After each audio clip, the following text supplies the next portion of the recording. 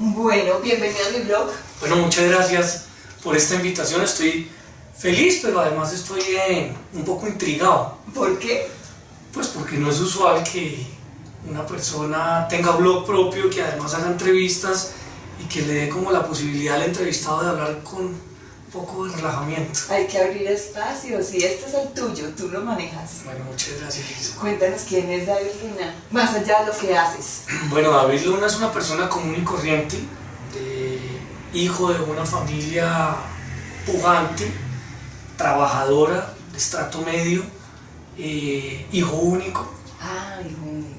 cuyos padres, David y Maribel, hicieron un esfuerzo muy grande por lograr educarme. Bogotano 100%.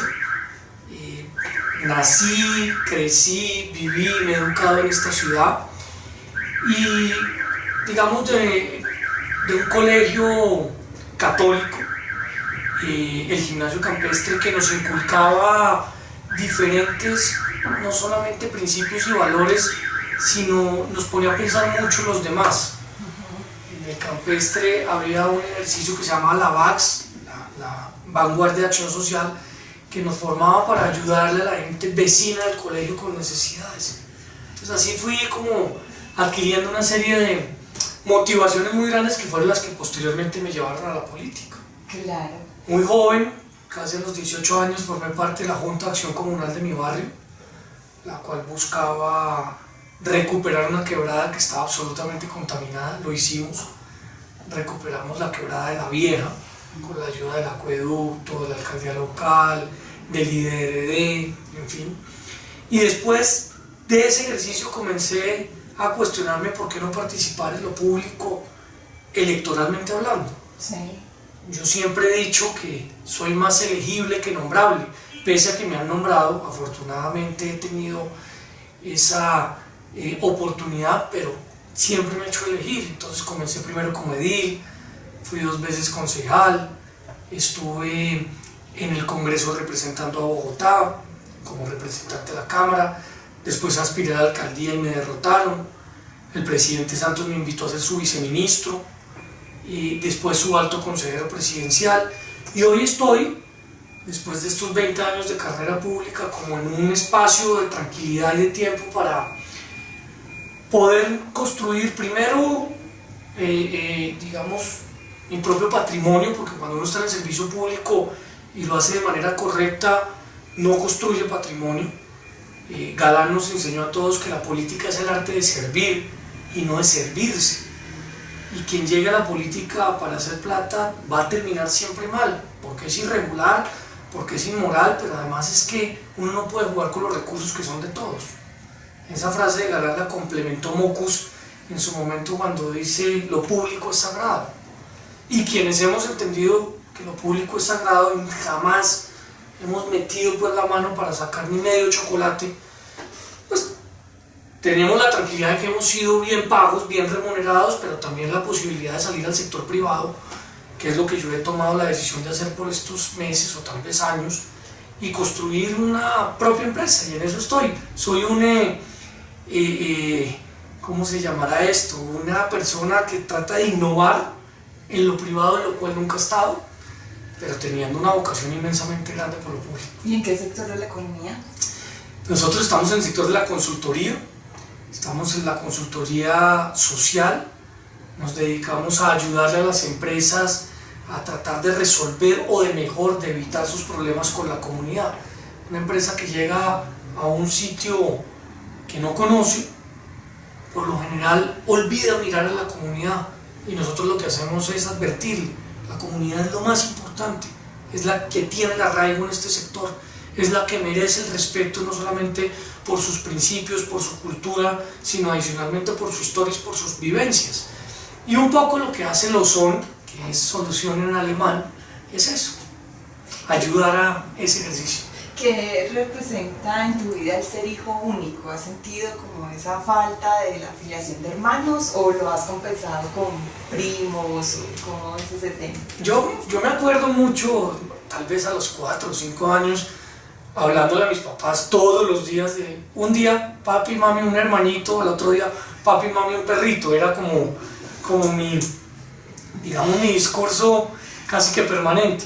Pero llega un momento en la vida en que tienes claro que eres hijo único y lo que tú dices, el complemento con los primos.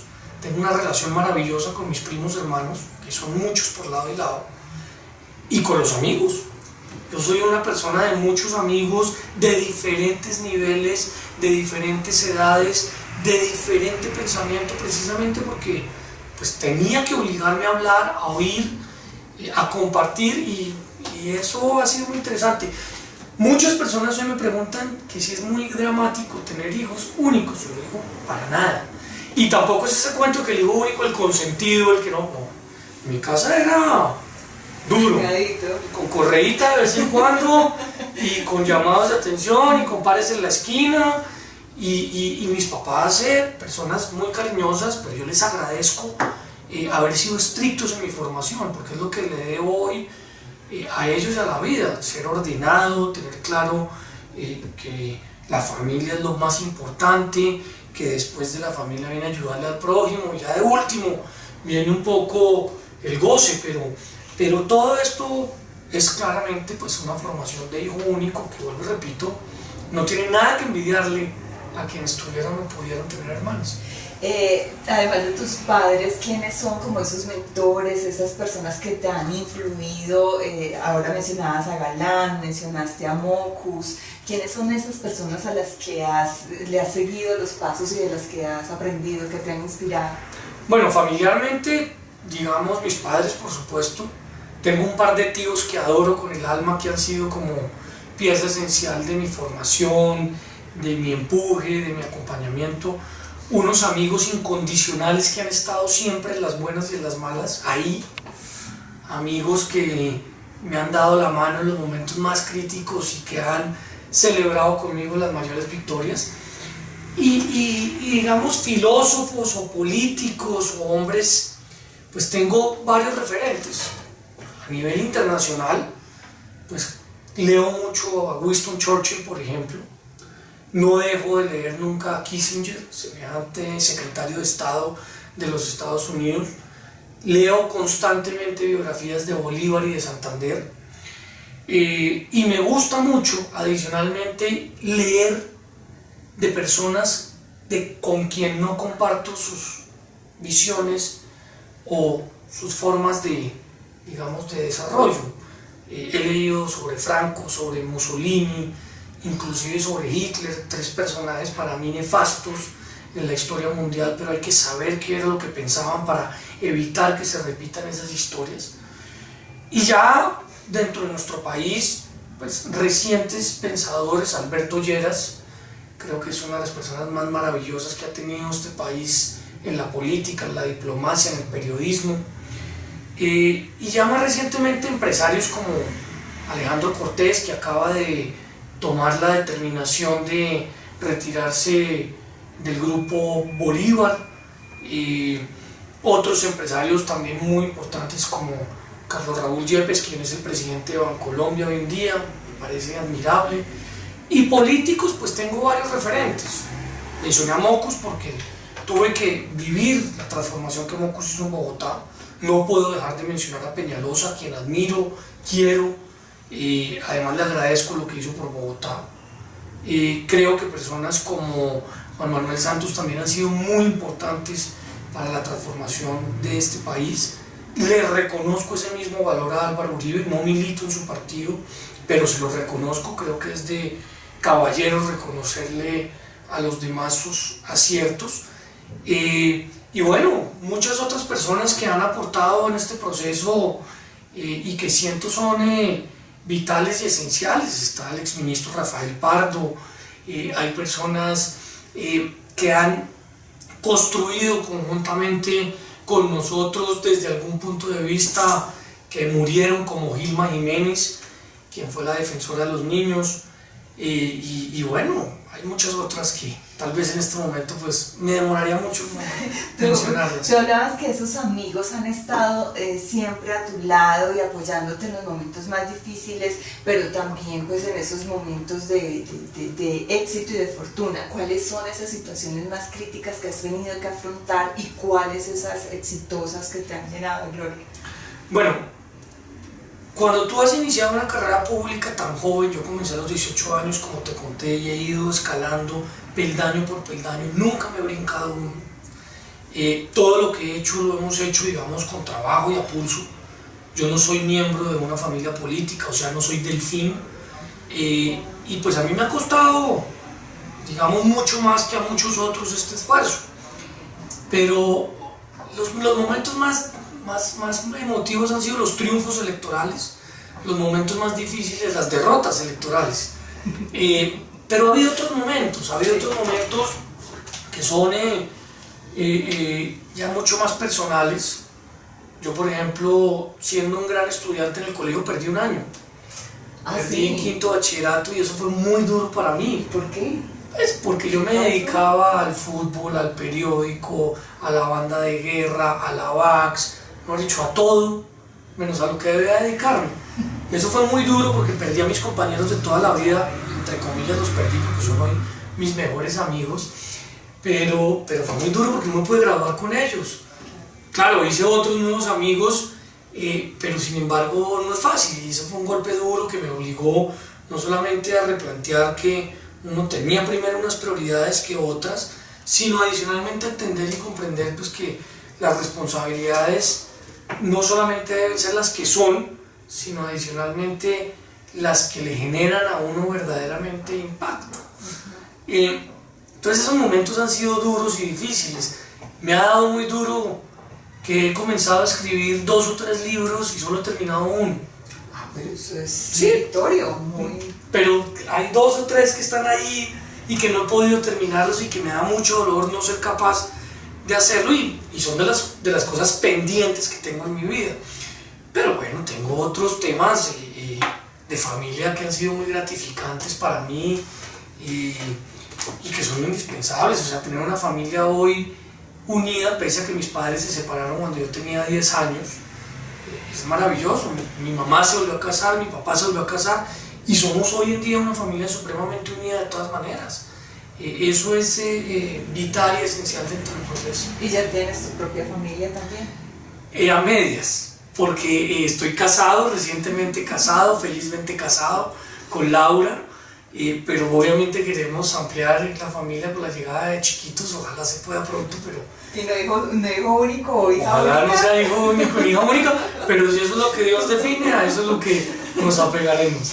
Uno de tus temas, y obviamente fuiste candidato a la alcaldía de Bogotá, es la ciudad. Eso es una de las cosas que te toca y te mueve y te preocupa, y a todos los que de alguna forma hacemos parte, o por invitados o los que son ciudadanos, nos mueve. ¿Cómo ves la ciudad ahora? Pues la veo atravesando por su peor momento, no por un momento crítico desde el punto de vista político, sino por un momento crítico desde el punto de vista de la ejecución, de los principios, de los valores, de algo muy importante, de la esperanza.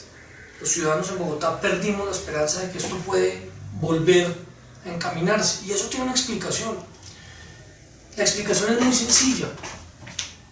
Por alguna razón que yo no he terminado de entender, los expertos en Bogotá, las personas que han estudiado Bogotá, que conocen Bogotá, que le han dedicado su vida a Bogotá, han dejado de ser interesantes para los bogotanos.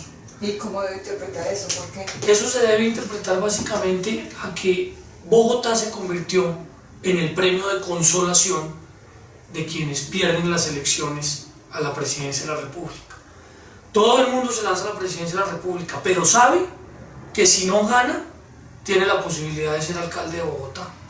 Y eso le ha hecho un gran daño a Bogotá, porque están llegando personas que no conocen la ciudad, que sí conocen muy bien el país, pero no conocen la ciudad. Y Bogotá no es lo mismo que Colombia. Tiene sus propias dinámicas, tiene sus grandes diferencias, incluso entre barrios, entre localidades, entre el oriente y el occidente. Tiene microclimas, tiene dificultades en materia de transporte más señaladas o más específicas en una localidad que en otra por su geografía. Entonces la ciudad no va bien, y no va bien no por culpa de unos gobernantes, que también son culpables, sino porque los ciudadanos no hemos tomado la determinación de pensar a la hora de elegir quiénes son los expertos en ciudad y quiénes no. Y eso me parece que tiene adicionalmente un componente complejo, que es que esta ciudad, sin nunca haberlo sido, se convirtió en o estamos del lado de la derecha o estamos del lado de la izquierda. No, estemos del lado de Bogotá.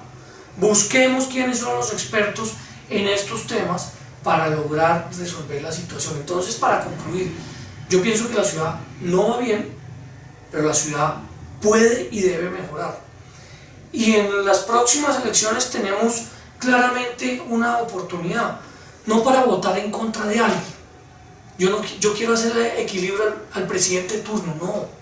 Yo quiero hacer equilibrio a la izquierda, no. Yo quiero hacer equilibrio a la derecha, no. Yo quiero buscar quién es la persona que tiene claramente diagnosticado los problemas de la ciudad y planteadas sus soluciones. A eso es lo que debemos apostar. Y en ese sentido, yo creo que comenzaríamos a recuperar la esperanza, porque hoy hay claramente una dificultad grande en ese sentido. Cuando el abstencionismo es tan alto y se elige a un alcalde sin ese respaldo pues, ciudadano mayoritario que le da legitimidad, ¿cierto? Puede uno interpretar que sí, hay un total desinterés por la historia y la trayectoria política y sobre todo reciente de la ciudad. Cómo evitar que la motivación a la ciudadanía, que no es indiferente a los temas de ciudad, no se maneje solo en momentos de campaña. Esta es una muy importante pregunta porque más del 50% de los bogotanos se abstiene, casi el 55% se abstiene de salir a votar, y tal vez lo hace porque siente que un alcalde no le puede resolver ningún problema, pero está muy equivocado.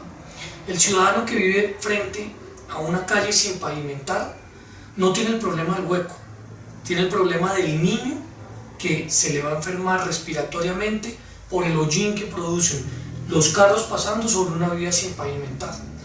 El ciudadano que tiene su centro de salud, su hospital, su atención de emergencias muy lejos de su casa, pues es un ciudadano que tiene más dificultades en llevar a su hijo. El ciudadano que tiene a su hijo en la educación pública y que viviendo en Bosa, su hijo tiene que ir a educarse a Suba, es un ciudadano que podría cambiar la situación si toma la decisión correcta. El ciudadano que vive en la Marichuela en Usme y que se demora 4, 3, 2 horas hasta la 72 con séptima, pues podría cambiar su calidad de vida demorándose 20 minutos si busca que lo gobierne alguien que sabe cómo resolver los problemas de la movilidad. ¿Qué quiero decir con esto? Que los problemas ciudadanos del día a día los resuelve el alcalde, no el presidente. Y sin embargo a la gente le importa votar más por presidente que por alcalde. Quien verdaderamente está con uno y quien verdaderamente le puede ayudar a cambiar el diario vivir es el alcalde. Y por eso la invitación es a que cada día nos enteremos más y sepamos de qué manera podemos influir en la toma de las decisiones de una ciudad. No Bogotá, cualquier ciudad. El tema de la seguridad, el tema de la arborización, el tema de los parques, todos son temas de uno. O sea, ¿yo a dónde saco a mi hijo el fin de semana a jugar si no tengo club social o si no tengo caja de compensación? Al parque. Y si el parque está en malas condiciones, ¿de quién es culpa? Del alcalde, claro que sí, pero mía por no haber votado por un alcalde que pensara en los parques. Como ese ejemplo te puedo poner 20. Y lo que quiero decir con esto es que este no es un tema de elecciones, es un tema del diario vivir. El ciudadano cada día quiere exigir y cada día debe exigir más. Se elige un alcalde, pero una ciudad como esta tiene, y tú has mencionado reiterativamente las localidades que son tan importantes, o sea que hay alcaldías menores. Cuando tú eliges al alcalde, de alguna forma, ¿ya sabes quiénes van para las localidades? No, porque la forma de elección de los alcaldes locales es distinta a la del alcalde mayor. Ellos no se eligen por voto popular, básicamente para no fragmentar la ciudad. Pero fue una propuesta. Hay una propuesta sobre ese particular, yo no estoy de acuerdo con esa propuesta. Creo que no es oportuna por lo que te menciono. No se fragmenta la ciudad. ¿Qué pasa en Caracas? Donde no hay 20 localidades como en Bogotá, sino 6. Cada una de esas 6 localidades elige un alcalde. Y muchas veces esos alcaldes son, digamos, opositores. Entonces en Caracas, en Chacao, tú tienes un pico y placa de 6 a 8 pero en La Libertad o Libertadores o ¿cómo es que se llama el otro municipio de Caracas que se me acaba de olvidar? Tienes otro pico y placa, entonces no puedes ni siquiera pasar la calle.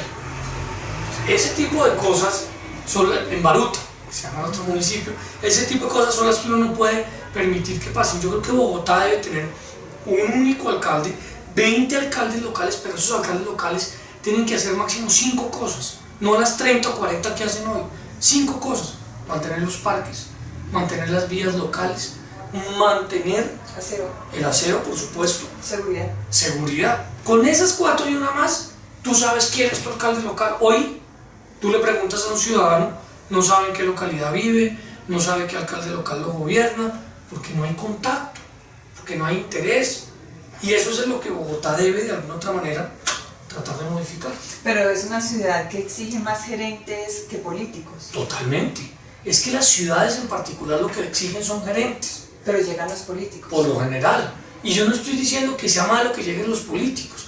Lo que estoy diciendo es que deben llegar políticos preparados. En el gobierno de el alcalde Lucho Garzón, el periodista Sánchez Cristo le hizo, terminando su periodo, una entrevista a Lucho Garzón muy buena, entre otras. Y le pregunta a Sánchez Cristo qué es lo más difícil de gobernar esta ciudad durante los 4 años. Y Garzón le dice el primer año. Y le contrapreguntan ¿por qué? Porque fue el tiempo que me demoré en conocer la ciudad. Uno no puede darse el lujo de que se elija un alcalde para que llegue a aprender. Sí. Entonces necesariamente tiene que haber una condición contundente para poder elegir de manera correcta. ¿Es posible conocer tan al detalle una ciudad que crece, que uno siente de alguna forma desorganizada y que pareciera que se le sale siempre de las manos a todo el que asume el cargo? Yo conozco el 80% de los barrios de Bogotá, pero sin embargo todavía no conozco el 20% faltante. ¿Por qué? Porque cada día aparece un barrio nuevo, aunque uno no lo crea. Pero 2, más que conocer el barrio y la calle, es tener una claridad sobre las políticas públicas. Por ejemplo, en los últimos gobiernos se ha pensado que para resolver el problema de movilidad hay que restringir el pico y placa. Yo creo que esa no es la solución. ¿Cuál sería? Yo creo que hay que construir. Yo creo que hay que construir infraestructura. Primero, la faltante. La circunvalar se llama la circunvalar, pero jamás ha sido la circunvalar que le da la vuelta a Bogotá. Eso hay que terminarlo. La avenida Boyacá y la avenida 68 nunca concluyen donde estaban inicialmente diseñadas. Eso hay que terminarlo. La avenida José Celestino Mutis está medio construida. La avenida Luis Carlos Galán no ha comenzado a construirse. ¿Qué quiero decir? Que si nosotros tuviéramos una ciudad que está terminada en lo que ya fue diseñado, tendríamos un 30% menos de problemas en movilidad. 2, hay que construir una nueva infraestructura. En algunos sectores con autopistas urbanas, por ejemplo la avenida longitudinal de Occidente, que atravesaría desde el sur hasta el norte la ciudad, pues necesariamente hay que construirla con transporte público incluido tipo Transmilenio y con ciclorrutas. Que si debemos hacer el metro, podemos hacer el metro, claro que sí, pero en el entendido de un sistema integrado de transporte público. Todo eso es importante, pero también es importante pintar las cebras, pintar las X para que la gente no se pase y se comiencen a generar los trancones. Y llamando nuevamente a Mocus a la cultura ciudadana. Pero no solamente la cultura Mocus, la infraestructura, un sistema de semáforos inteligentes. O sea, hay muchas cosas muy sencillas que podríamos resolver con muy poquito.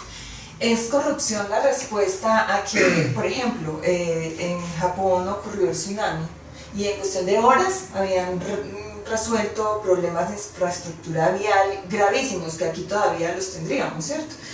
Porque aquí no ocurre corrupción. Por corrupción, por falta de gerencia, por falta de preparación y por algo que me parece a mí más importante que todas las anteriores, por falta de veeduría ciudadana. Acá nosotros los ciudadanos tenemos que llegar al punto de exigir. Te voy a poner un ejemplo que grabé esta mañana en una columna de radio. Una comunidad en el barrio Villemar en Fontibón tiene un parquecito al lado de un colegio donde hay una cancha de fútbol y donde hay unos juegos. Ese ha sido siempre el espacio de recreación de todo el barrio y del colegio. Un funcionario de X nivel tomó la determinación de entregarle en concesión ese parque a un privado. El privado no volvió a dejar entrar a la gente si no le pagaban.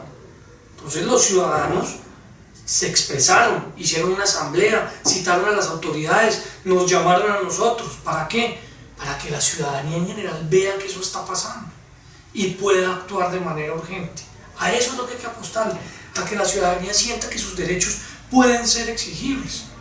Hoy hay unos ciudadanos que son los transportadores que están en paro desde ayer por precisamente como defendiendo unos derechos. ¿Tú cómo ves esa problemática del transporte, del Transmilenio, del SITP y de los buses de toda la vida? Es la falta de gerencia. Es la falta de gerencia por esta razón. Antiguamente, al bus tradicional se le pagaba por el pasajero recogido. O sea, señor busetero, arranque en la 20, termine en la 127 y yo le pago por el número de pasajeros que se suban a su bus. Eso era absurdo, porque por eso se daba la guerra del centavo. Un bus venía por la izquierda y el pasajero le sacaba la mano y se mandaba a recogerlo porque por eso le pagaban. Finalmente, Peñalosa entendió que ese modelo había que cambiarlo y crea Transmilenio y le comenzamos a pagar a los transportadores por kilómetro recorrido. A usted, señor transportador, le pagamos independientemente del número de pasajeros que suba, siempre y cuando cumpla las normas de velocidad, de parar en el paradero, de que su conductor solamente maneje durante 6 horas diarias, que ese conductor tenga seguridad social, riesgos laborales, tenga una vida tranquila. Mientras que ese conductor trabaja 6 horas, hay otros conductores que todavía increíblemente en Bogotá trabajan 18. Y se gana más el que trabaja las 6 horas que el que trabaja 18. Bueno, tema número 1. Tema número 2. Después de crear Transmilenio dijimos, no podemos seguir teniendo solo Transmilenio. Necesitamos un sistema integrado. Y el alcalde Moreno, hoy en la cárcel, con Clara López, su secretaria de gobierno, quien aspira a la alcaldía, firmaron los contratos de concesión para hacer 13 zonas. En Bogotá 13 zonas, que son las de los buses azules, sistema integrado. Esos buses debían entrar y a su vez todos los demás buses tradicionales debían salir chatarrizados y enganchando a los conductores a ese sistema.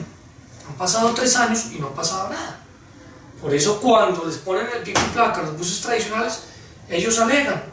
No deberían estar alegando porque no debería haber buses tradicionales, solamente debería haber buses de sistema integrado de transporte público. Y esa medida incrementó el uso del SITP con todos los bemoles que tiene. Pero es increíble que tú tengas que acudir a un paro para lograr que el SITP funcione.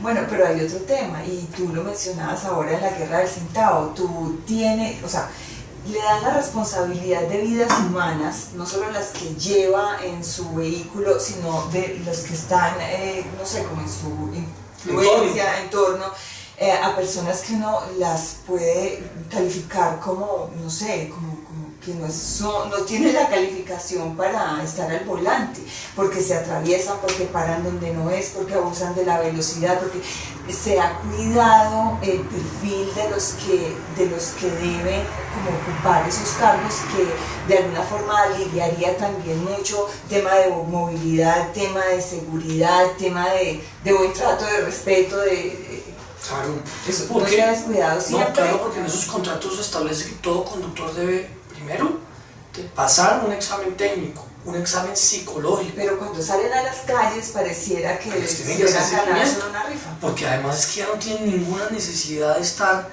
irrespetando las leyes. Antes la necesitaban porque les pagaban era por recoger pasajeros. Hoy no. Hoy el conductor lo único que tiene que hacer es ir por el carril que le corresponde, a la velocidad que le corresponde, recoger y dejar las personas en los paraderos que les corresponden y trabajar 6 horas diarias, porque eso es lo que obliga la ley. ¿Y dónde están los guardas de tránsito que deben cuidar y velar para que estas cosas no pasen y no solo estar buscando multas en los privados? De acuerdo, porque entre otras ahora como les ponen fondos para lograr metas, entonces ese tipo de cosas pues tiene la responsabilidad la policía y la Secretaría de Movilidad. Por eso Bogotá necesita autoridad, acá se tiene que hacer cumplir la ley. A mí me parece absurdo, por ejemplo, que una persona que tenga seguridad por razones y condiciones de su cargo, no sé, o de su plata, el ministro, el dueño del banco, puede andar con unos guardaespaldas y volarse los semáforos. No, acá el que se vuela el semáforo puede ser el ministro de defensa, se le debe poner una multa, o puede ser el presidente del banco tal, se le debe poner una multa. Acá las normas tienen que ser para todos, y por eso nosotros sí estamos empeñados en esa cultura de la legalidad, que todos sepamos que las normas son para todos. ¿Cómo aprendimos que es imposible manejar un carro con un grado de licor? A punta de billetera y de sanción. Entonces, acá es bienvenida la zanahoria, la cultura, el aprendizaje, pero si no cumple, señores, hay que verdaderamente evitar que quien está incumpliendo pueda seguirlo haciendo sin ningún tipo de sanción. La magnitud de la ciudad hace que también por sectores se oscurezca, y entonces viene también hablando del tema de seguridad. ¿Cómo es concebible que eso ocurra y pase el tiempo y no haya solución a problemas de iluminación? Que pueden existir cámaras pero no funcionan, o sea, ¿cómo? Yo no sé si conozcas, pero sí es muy importante de pronto hacerle un link a la teoría de las ventanas rotas. Hay una universidad muy importante en los Estados Unidos que hizo un experimento hace 20 años. Dejó un carro sin seguro, con las ventanas abajo, en un barrio en Brooklyn, en los Estados Unidos, en Nueva York. Un barrio lleno de grafitis, oscuro, con basura. Y el mismo carro lo dejó en un barrio iluminado, con la basura recogida, etc., en California. El carro que estaba iluminado, no le pasó absolutamente nada. Y el carro que estaba en un sitio oscuro, pues, quedó totalmente desvalijado. La limpieza, la iluminación, temas tan sencillos como la demarcación de las calles, de los andenes, son fundamentales para la seguridad. Por ejemplo, es increíble que esta ciudad viva llena de afiches pegados en los postes, porque eso es ilegal, o de pasacalles colgados donde no deben. Ese tipo de temas son facilísimos de resolver. Uno sabe quién es el anunciante. No le dice: señor anunciante, si me vuelve a pegar estos afiches, mañana su negocio tendrá una sanción. Vamos a ver si lo vuelve a pegar. Pero los principios, el interés general prima sobre el particular, y por eso es que le apostamos a esto. Hay unas críticas muy fuertes hacia el sistema de transporte de Uber. ¿Cuál es tu posición frente a ese servicio que se brinda? Yo lo que siento es que la competencia en cualquier tipo de servicio debe ser permitida. Y lo segundo es que si está reglamentado el servicio y es jurídico y es legal, pues puede desarrollarse. ¿Qué es lo que quiero decir? Hay personas que querrán movilizarse en los taxis amarillos tradicionales porque su tarifa es mucho más asequible, y habrá personas que quieren hacerlo en el servicio que tú mencionas. Lo importante es que tanto el primero como el segundo cumplan las condiciones de la buena prestación del servicio, y eso es lo que le corresponde al Estado. Yo me imagino que todo está dentro de la ley y por esa razón están prestando el servicio. Lo importante es que tanto unos como otros presten el servicio adecuadamente. ¿Y la seguridad o inseguridad que implica montarse hoy en un taxi amarillo con los paseos millonarios, con aquel tema de que lo llevo si su ruta me sirve? ¿Cómo controlar eso? Pues ese es el tipo de cosas que está permitiendo que la competencia le gane la partida a esos taxis. Ya sabemos que el paseo millonario está equiparado al delito de secuestro extorsivo, y hay muchos, unos extraditados, incluso otros pagando condenas aterradoras.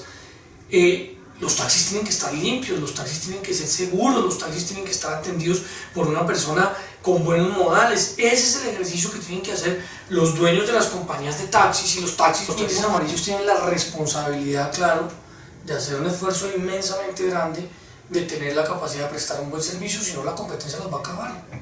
¿Y qué tal si hablamos de espacio público? Claro. Y sobre eso, vendedores ambulantes, bueno, tú has mencionado mucho el estado de los parques, calles, andenes, peatonalización de la séptima, por ejemplo. Es que el presidente de una compañía y el portero de una compañía son idénticos de lunes a viernes. Ambos se levantan a sus hijos, se bañan, se alistan para ir a su oficina, van a su oficina, uno irá en su Mercedes con conductor, el otro va en Transmilenio, almuerzan, trabajan y regresan a su casa. Esa es, digamos, la dinámica lunes, martes, miércoles, jueves y viernes. La diferencia es el sábado y el domingo, cuando el presidente de la compañía se va para un club social y el portero de la compañía lo único que tiene es el parque. En el espacio público es donde verdaderamente todos somos iguales. Puede ser el más rico o el más pobre, pero el espacio público tiene que ser de calidad para que todos lo disfruten de la misma manera. Por eso yo estoy absolutamente convencido que los espacios públicos deben ser protegidos y promovidos. No solamente los parques, las alamedas, las ciclorrutas, los escenarios como por ejemplo el camino peatonal de los Cerros Orientales, que es un proyecto que esta ciudad necesita a gritos. En fin, el espacio público es la mejor herramienta para que todos podamos tener tranquilidad, seguridad, pero algo muy importante, igualdad. Y si entendemos que en la igualdad está el cambio de una sociedad, estamos al otro lado. Yo no entiendo cuando algunos se molestaron, o por qué se molestaron, que porque pusieron unos volardos. Los volardos no era por poner volardos, era por proteger el andén, que es el de los ciudadanos. Si yo tengo una calle para que anden los carros, pues permítame tener un andén para que caminen los ciudadanos, o para que camine una mamá con su coche. Ese es el tipo de equidad que nosotros queremos. Yo no quiero que los carros tengan mejores condiciones, pero que los peatones tampoco tengan peores condiciones. Ese es el cambio de chip que necesitamos. Recuerdo, yo era edil de Chapinero, casi nos tumban cuando tomamos la determinación de peatonalizar la zona T. Y que cómo íbamos a hacer eso, que no sé qué. Uno sale a cualquier parte del mundo y los sitios más importantes, comercial y culturalmente, son donde hay sitios peatonales. La ciudad de diversiones más grandes del mundo, Disney, es peatonal. O cuando ve un carro uno caminando por ahí, nunca. Entonces el equilibrio es fundamental y por eso el espacio público es vital. Pero ahí también viene un tema de parqueaderos y abuso de tarifas, claro. o que no hay suficientes, o que no está cerca, o que... Tú tienes toda la razón, hay ausencia de parqueaderos, hay abuso de tarifas, pero eso no quiere decir que por esa razón yo le pueda quitar el espacio al peatón. Tendremos que hacer más parqueaderos, tendremos que lograr que la gente entienda que se puede parquear en unos sitios sí, en otros no. Por ejemplo, en paralelo es posible parquearse en unas calles cuando no hay tráfico. Por ejemplo, eso es prohibido parquear todos los días de 8 a 8, es absurdo. Prohibido parquear unos días de verdad donde haya tráfico, unas horas donde haya tráfico. Pero lo que quiero decir con esto es que no se puede poner en tela de juicio el derecho del peatón, porque uno tenga carro, porque el otro tenga carro y lo quiera parquear encima, bajo ninguna circunstancia. Ese es el espacio público peatonal, sí, convirtiéndolo o confrontándolo con la movilidad. El espacio público de la recreación. Bogotá no puede seguirse dando el lujo de alquilar los espacios públicos para que los niños jueguen un partido de fútbol. Es absurdo. Es absurdo que se alquilen las canchas de fútbol. Las canchas de fútbol tienen que ser gratis y todas tienen que ser sintéticas, entre otras para que no cueste mucho mantenerlas. Lo propio las canchas de básquet, lo propio la entrada a las bibliotecas públicas. Ese tipo de temas tienen que entenderse que deben ser esenciales para que todos puedan acceder a ellos. Y es un poco lo que yo he venido señalando en la necesidad de decirle al Instituto de Recreación y Deporte o al de Cultura, pues hombre, hay una serie de sitios que no puedes estarle cobrando a la gente. Y el último de los espacios, que es, no por ser el último menos importante, todo lo que hace referencia, digamos, a la actuación comunal y comunitaria. Bogotá tiene casi 3.000 juntas de acción comunal. Todas ellas tienen sus salones comunales. Esos salones comunales tienen que ser de las juntas de acción comunal. Ellos son los que deben comprometerse a mantenerlos bien, claro, con un aporte del Estado, pero a mantenerlos bien, a utilizarlos para sus fiestas de primera comunión. Por ahí había una idea que tenían que pasar a ser propiedad del distrito. No, tienen que ser propiedad de los comunales, que son esencialmente las personas que le dedican un tiempo libre o en su defecto un tiempo de su vida a que el barrio mejore. Toros sí, corridas, ¿no? Toros sí, corridas no. Yo no soy fan de las corridas, ni más faltaba. Y digo ni más faltaba ¿por qué? Porque siempre he sido una persona que ha defendido los derechos de los animales en todas mis actuaciones públicas. Entonces yo no estoy de acuerdo con los toros, no fui a los toros alguna vez en mi vida y me acuerdo tapándome los ojos. Y no me gustan. Y yo creo que lo que debe haber es un equilibrio. A los que les gusten los toros, pues que puedan ir a toros, pero eso sí no financiado por el Estado. El Estado no puede ser el financiador de una fiesta brava. Yo creo que el Estado no tiene esa responsabilidad. Y hay otros temas culturales, pues el coleo en el Meta, la pelea de gallos en Sucre, en fin, ahí hay que tomar decisiones de acuerdo claramente a el tema regional. A mí, pues todo no me gusta. Pero eso sí es de que al que le guste vaya, o eso es de replantearnos qué es cultura, qué es una tradición, y dentro de ese criterio de qué es cultura y tradición, cuál de todo eso es válido y que ya no, porque tenemos que evolucionar. Hay que evolucionar, por supuesto, pero también hay que respetar la ley. Y el día... Pero la ley la hacemos los humanos, claro, y la sociedad es la que modifica las leyes, claro, o no. El día que el Congreso de la República diga que no hay más toros en Colombia, no habrá más toros, punto. ¿Y qué se necesita para que el Congreso siquiera estudie el tema? Lo estudia ahora. Porque hay intereses también de particulares, claro, porque pues los ganaderos, sus ganaderías... Perdón. Claro, no, total, y esos son partes, digamos, de los debates públicos, como fue el gran debate sobre si las parejas del mismo sexo deberían tener o no derechos. Yo voté 5 o 6 veces estando en el Congreso a favor de esa modificación, y perdíamos, hasta que logramos que el país entendiera que le debería dar esos mismos derechos. Yo creo en algo tan importante como es que la donación de órganos debe ser una obligación, y en Colombia todavía no lo es, y yo creo que a eso tenemos que ir avanzando. Sí, hoy en día, si yo no he dicho que quiero ser donante, entonces mis órganos se pierden. No, yo creo que debe ser obligatorio. Yo creo que en Colombia, en los 3 casos que ha considerado la Corte, el aborto necesariamente tiene que ser permitido. Una mujer que haya sido violada, una mujer que pueda estar en peligro de muerte, una mujer cuyo feto le hayan identificado alguna dificultad y ella pueda tomar sus decisiones. Pero lo que quiero decir con esto es que no podemos seguir polarizando en un país, en una ciudad como esta. Quienes están de acuerdo con los toros son unos mafiosos y quienes no son unos ángeles. No. Y eso es lo que nos ha llevado la ideologización de la política en Bogotá. A eso es lo que nos ha llevado a la izquierda, a pensar y a tratar de pensar que todo el que está de este lado está en contra del cartel de la corrupción, y todo el que está de este lado es un ampón. No. Y eso es lo que yo no le puedo seguir tolerando, a esa ideologización de la política en Bogotá. A mí me interesa es que me resuelvan los problemas, no que un grupo político u otro salga como si fuera pues acá el arcángel San Gabriel a decir que él es impoluto e intocable. Yo creo que en eso hay que tomar decisiones muy duras. Yo agradezco como ciudadano que Petro y muchos otros hayan señalado quiénes son los responsables del cartel de la corrupción, pero no tolero bajo ninguna circunstancia que digan que quienes no estamos de acuerdo con Petro somos amigos de los mafiosos o de los paramilitares. Y eso es lo que está pasando en esta ciudad, para volver a la primera pregunta. Sí. Bogotá no necesita ni más izquierda ni más derecha. No necesita ni más Samueles, ni más Claras, ni más Petros, ni más Santos, ni más Uribe, ni no. Necesita personas que estén dedicadas a saber cómo funciona Bogotá. Y ese es el reto que tienen que tener los ciudadanos. Saber si a eso es lo que quiere apostarle o no quiere apostarle.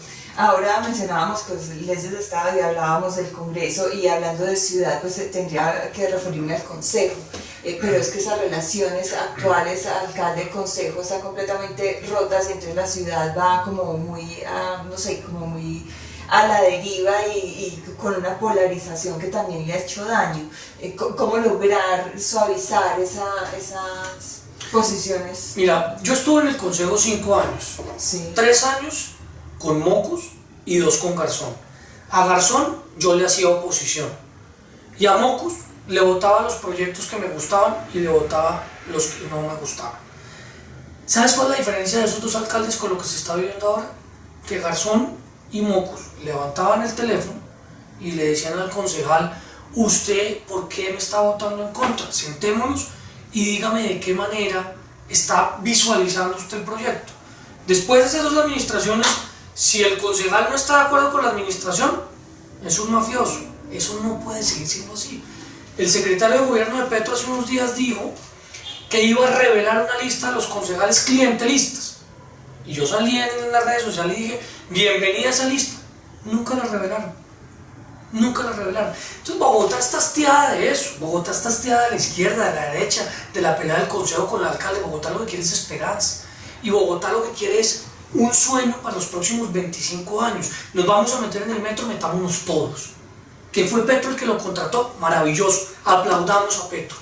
Y digamos que él es un gran tipo y visionario por hacer eso. Pero también aplaudamos a Peñalosa por haber sido quien se ingenió Transmilenio y que hoy lo estamos dejando acabar. Pero también aplaudamos a Jaime Castro por haber hecho el Estatuto Orgánico de Bogotá, al que hoy le debemos el sistema tributario. Pero también aplaudamos a Mocus por haber creado la política de cultura ciudadana. Pero también a Garzón por haber creado la política de seguridad alimentaria.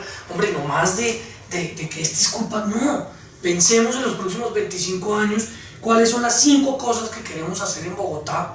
Resolver la movilidad, tener una ciudad segura, atraer inversión, tener una educación la mejor del país, o ojalá del continente, y algo muy importante, tener espacios para todos. Y apostámosle a eso, que sea liberal, de derecha, de izquierda, conservador, del pueblo, no importa. Y yo creo que ese es el fenómeno de esperanza que necesita esta ciudad. ¿Eso es lo que estás consignando en los libros que estás rayando y que aún no terminas? Eso fue lo que consigné en uno de los libros que ya terminé. Ah, ese ya está. Sí, que se llama 9 propuestas para transformar Bogotá. Es un libro que hice con el ingeniero Eduardo Berens, con la Universidad del CESA, que salió ya hace un par de años y que estamos trabajando en una segunda edición, porque yo creo que los problemas están sobrediagnosticados. Sí. O mejor, las soluciones están sobrediagnosticados, que necesitamos poner en práctica. Ejecución. Y acá que nos pongamos de acuerdo unos y otros y trabajarle. ¿Y qué sigue entonces para David Luna? ¿Terminar sus libros? Terminar sus libros, si Dios, ¿Sembrar un árbol? si Dios nos da ese milagro, ojalá poder tener un hijo. O más, un hermano. O más. Lograr que Bogotá tenga un gran acuerdo para que primero esté la ciudad que los partidos. Yo no soy candidato a nada, entonces puedo darme el lujo de decir que estoy trabajando para lograr acuerdos. Me encantaría en el futuro ser alcalde porque me muero por esta ciudad, pero si no lo soy, pues sabré entender que los ciudadanos no me quisieron en esa responsabilidad. Y más que sembrar un árbol, quiero lograr que los cerros orientales, que son 16.000 hectáreas, que atraviesan 6 localidades de Bogotá, podamos hacer el paseo recreativo. ¿Para qué? Primero, para establecer un límite físico de que desde el paseo hacia arriba no se puede construir una sola piedra, que ese es el único pulmón que tiene Bogotá verdaderamente activo. Y segundo, para que la gente pueda disfrutar los cerros. Claro. Entonces en eso estamos. ¿Y para llegar allá tendré que pagar peaje urbano? Nada, totalmente gratuito. ¿Ah? Totalmente gratuito, porque eso es de todos. Eso es de todos, Isa. Y entonces, ¿cuándo volvemos a hablar? Cuando esté de candidato a la alcaldía, cuando entregue la alcaldía. Cuando tú digas, yo feliz de hacer estos vlogs contigo, porque como te dije al principio, le permites a uno expresarse, pues yo creo que de una manera muy transparente. Y sobre todo acá lo que vuelvo y repito es, yo me defino como un enamorado de la ciudad. Y cuando uno está enamorado, uno hace todo lo posible por lograr que la ciudad, o en su defecto la novia, lo mire. Además es hijo de la ciudad, la ha sentido desde niño, la ha vivido, la ha sufrido, la ha llorado, la ha reído y ahora la ha construido. La ha construido, pero como soy un enamorado, voy a seguirle mandando flores a la ciudad de los ciudadanos hasta que algún día logren en la ciudad de los ciudadanos mirar que yo puedo ser un buen novio. Y chocolates. Y chocolates. Ahora, mientras que eso no pase, no hay ningún lugar. No, muy bien, muchas gracias por el tiempo dedicado, de verdad, a este blog muy querido, y pues el espacio sigue abierto. Muchas Seguimos gracias. Conversando. Muchas gracias a ti, y de verdad que te felicito por el blog.